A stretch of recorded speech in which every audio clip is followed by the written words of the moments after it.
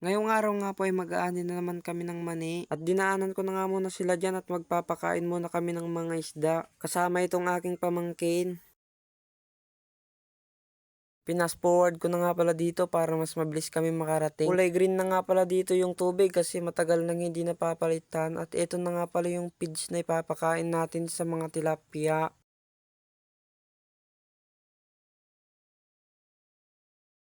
At kinakain na nga din pala nila yung mga linalagay nating feeds dito. Kung makikita nyo nga ay nagsisilabasan na sila dito para kumain. At bumalik na nga pala kami dito sa pinag-aanian ng mani. Si Papa nga pala yung nagbubunot ng mani. At pagka-uwi nga namin na ito na yung bumungad sa amin. Tawang-tawa nga kami dito kasi sinuot ng aso namin yung tsinelas ni Papa. Itong aso nga namin na ito ay lagi kaming pinapasaya at pinapatawa. Habang nakahiga nga siya ay biglang tumayo at tumakbo at natanggal yung tsinelas. So ayun lang, bye bye.